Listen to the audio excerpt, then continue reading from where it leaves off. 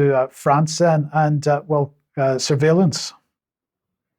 Yes, in the first week of June, the French Senate was given and voted to approve a draft bill by the Justice Minister to allow surveillance using electronic devices, both computer or personal computing and mobile devices.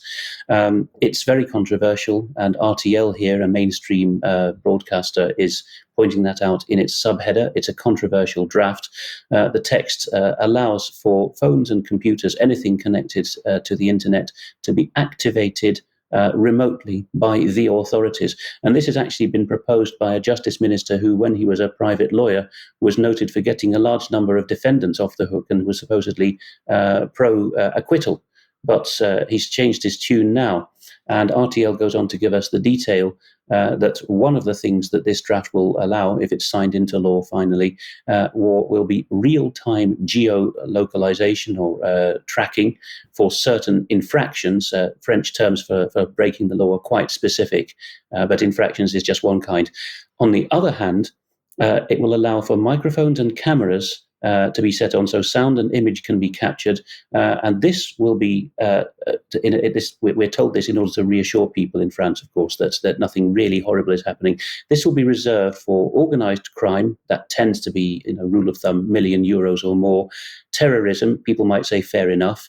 And then the other one is what they call in French délinquance, which is an extremely broad brush term. It covers what in common law terms would be called not only felonies, serious criminal offences, but also misdemeanors and infractions. So that is not actually a reassurance at all. And the RTL commentary has already said that this is going to lead to a society of mouchards, a society of snitches.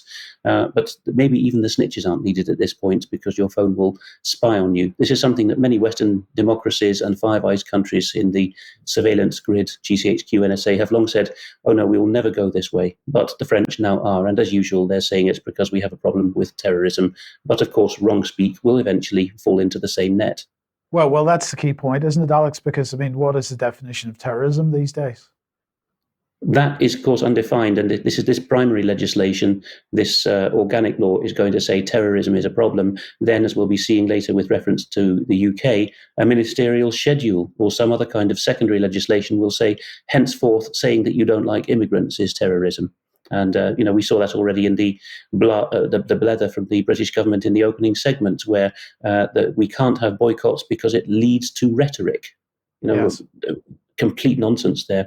And yes, I have one more slide which doesn't quite follow so easily from that, but it is regarding climate panic, which is the other kind of panic. This has been captured last week on Danish mainstream television. The weather forecast as of 4:30 p.m. on a warm June day, Friday last week. But of course, Denmark being Scandinavian isn't exactly tropical. So the highest temperatures they managed there was 18 degrees Celsius in Esbjerg on the west coast.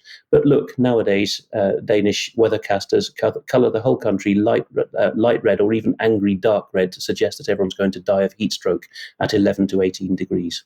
Yeah. Okay. Brilliant. Thanks. Now let's come back on to surveillance and welcome Debbie to the program.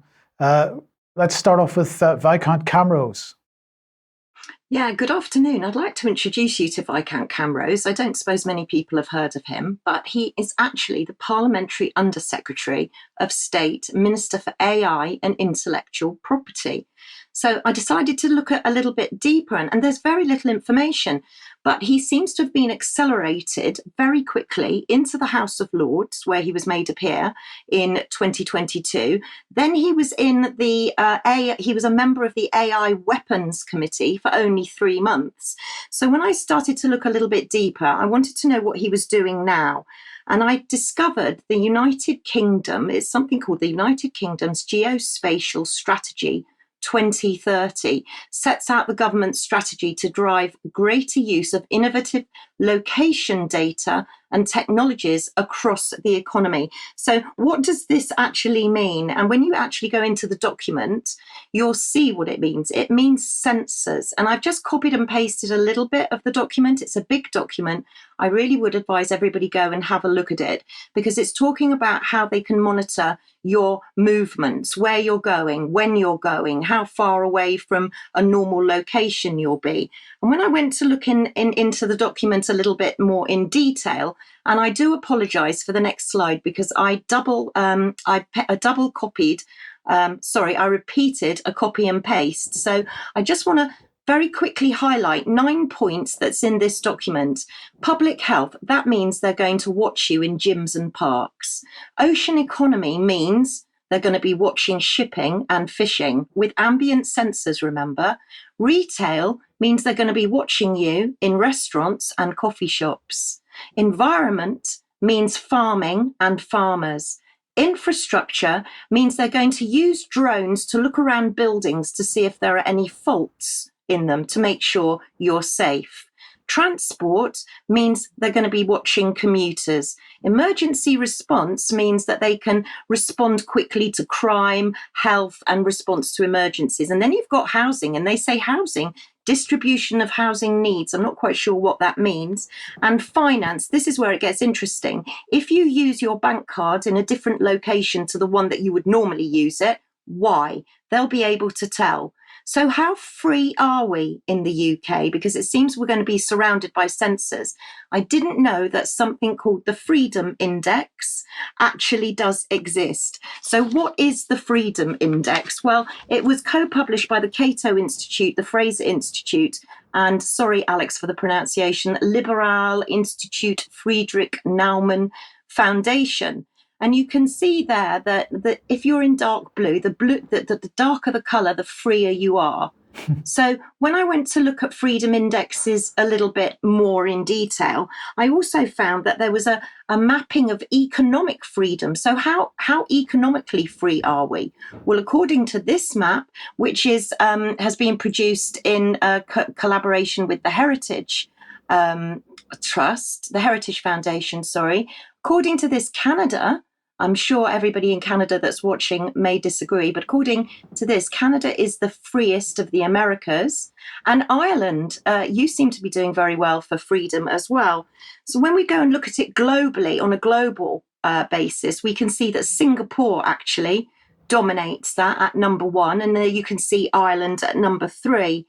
And I just honed in on Europe because I thought most people probably watching in the UK, especially today, would be interested in Europe. So there's a screenshot for you if you want to tweet that about, because that's how free we are. And you can see Switzerland there as well, very free. So I didn't know these economic and this mapping was taking place. So I wanted to see more. And I went to look at another one, which is about human impact. So what is the human impact? Well, why are we responsible? And you can see there from the dark purple and the black, it's less impact. So I zoomed in on Europe because it looks quite bright in Europe. And there you can see the impact. If it's in yellow and orange, it's a high impact. So you can see that Europe is contributing quite a bit to human impact. But how does that figure with companies? Because these companies, you know, that we're all so familiar with. And of course, I went to look at that too. And I was really alarmed to find that you've got Moderna at number 6, 11 is Pfizer, and 12 is Johnson & Johnson, who have just appeared from nowhere. And of course, you've got all the usual culprits, Microsoft and Apple too. So these are the most innovative companies in 2023. So my big question is, how free are we in the UK? Because all is not as it seems, and we are certainly not free. We're being locked in, I believe, and we're being watched. Yes, Alex, when we look at those graphs that Debbie's just shown, the graphics that Debbie's just shown, we can see the most free countries are the ones that are also being labelled as having the most economic impact on the planet. And therefore, of course, the levelling up of the world that we're seeing at the moment, which is effectively Great Reset in action, requires this whole of economy transition, as Mark Carney describes it. And of course, the impact that we're having on the world needs to be massively reduced as we head towards net zero. So it can't be a coincidence that the countries that are labeled as the most free are the ones that are having the greatest economic impact, and probably the ones that are, in terms of the trajectory that they're going to, they're heading towards becoming less free on a daily basis. Yes, these countries, Singapore, Switzerland, Ireland, have got greatest freedom of contract and historically the least tolerance of oligopolies. That's the stitching up of the market by a few people, and that I think is what's being attacked by the oligarchs who increasingly nakedly bear rule over us. They do not want such countries to exist, and it tends to be the smaller jurisdictions, city-states, island states, or mountain cantonal states like Switzerland who go this way. Then the big boys like Germany, who is lagging behind in this economic freedom index, come along and say, "Oi, we want to crush that." And of course, not coincidentally, it's a German that runs the World Economic Forum. That model is being pushed.